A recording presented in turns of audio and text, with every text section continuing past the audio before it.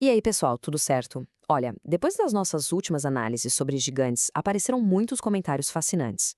E uma questão central sempre voltava: como é que pessoas inteligentes, lá no passado, podiam acreditar em gigantes ou em monstros? Será que o problema era falta de inteligência? Bora mergulhar nisso. Pois é, essa é a grande pergunta, né?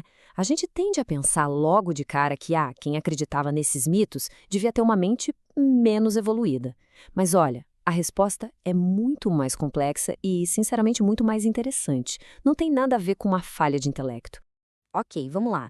O ponto principal para a gente entender essa história toda é uma distinção que é chave: a diferença entre o que é inteligência e o que a gente vai chamar aqui de repertório. É aqui que o quebra-cabeça começa a se encaixar. Pensa assim, para ficar fácil. A inteligência é como se fosse o hardware de um computador. É a sua capacidade de processamento, aquilo que vem de fábrica, sabe?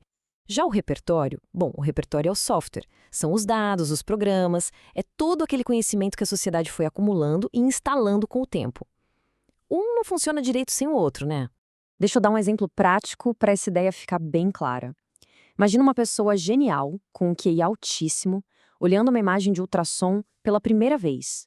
É bem provável que ela não entenda nada. Agora, um médico treinado, talvez até com um QI menor, olha e interpreta na hora. Isso quer dizer que o médico é mais inteligente? Não. Significa que ele tem o repertório, o software especializado para aquela tarefa. O preparo supera a potência bruta. Certo? Com essa diferença bem clara na nossa cabeça, vamos voltar para o mundo antigo. Um mundo onde o mapa da realidade, nossa, era muito, mas muito diferente do nosso. E foi isso que criou o cenário perfeito para que certas crenças não fossem só possíveis, mas até lógicas. E essa citação aqui, olha, ela resume a situação de um jeito brilhante. A falta de informação não cria um vácuo, um vazio. Pelo contrário, ela cria um excesso de possibilidades. É aquilo. No escuro, qualquer sombra pode virar um monstro. Essa metáfora da névoa de guerra, de jogo de estratégia, é perfeita. Grande parte do mundo era um borrão, era desconhecida, coberta por essa escuridão. O que será que existia além das fronteiras que eles conheciam? Sem dados concretos, a imaginação preenchia as lacunas e de um jeito que fazia todo sentido para a época. Então, o ponto crucial é esse. Se alguém encontrava um fêmur de mamute sem ter o conhecimento de paleontologia que a gente tem hoje, a conclusão mais lógica era: isso aqui pertenceu a um homem gigante. Se ouviam histórias de viajantes, todas distorcidas pelo caminho, sobre povos distantes, era fácil criar a imagem de homens com cabeça de cachorro. Era uma interpretação racional baseada no repertório limitado que eles tinham. Então, como é que a gente saiu daquele mundo e chegou no nosso?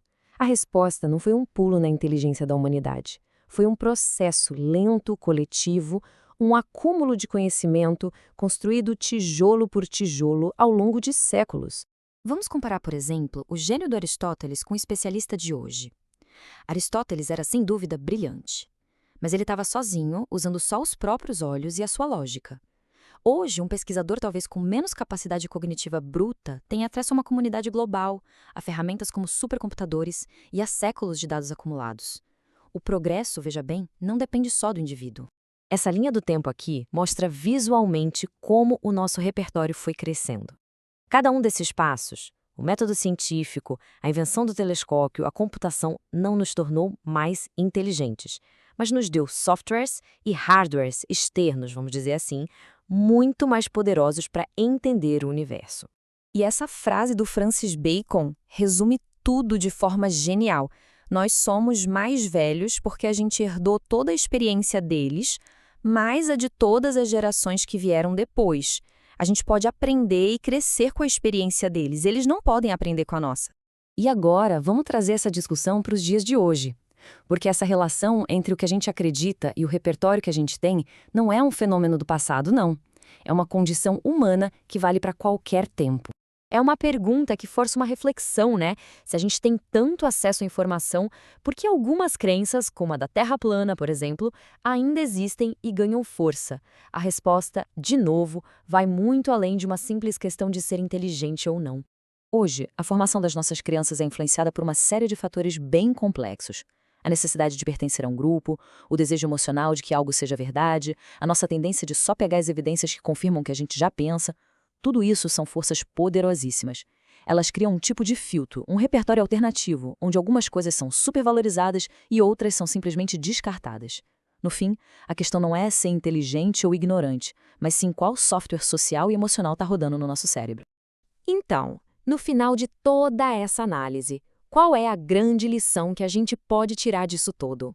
A conclusão é bem clara. O conhecimento funciona como uma luz.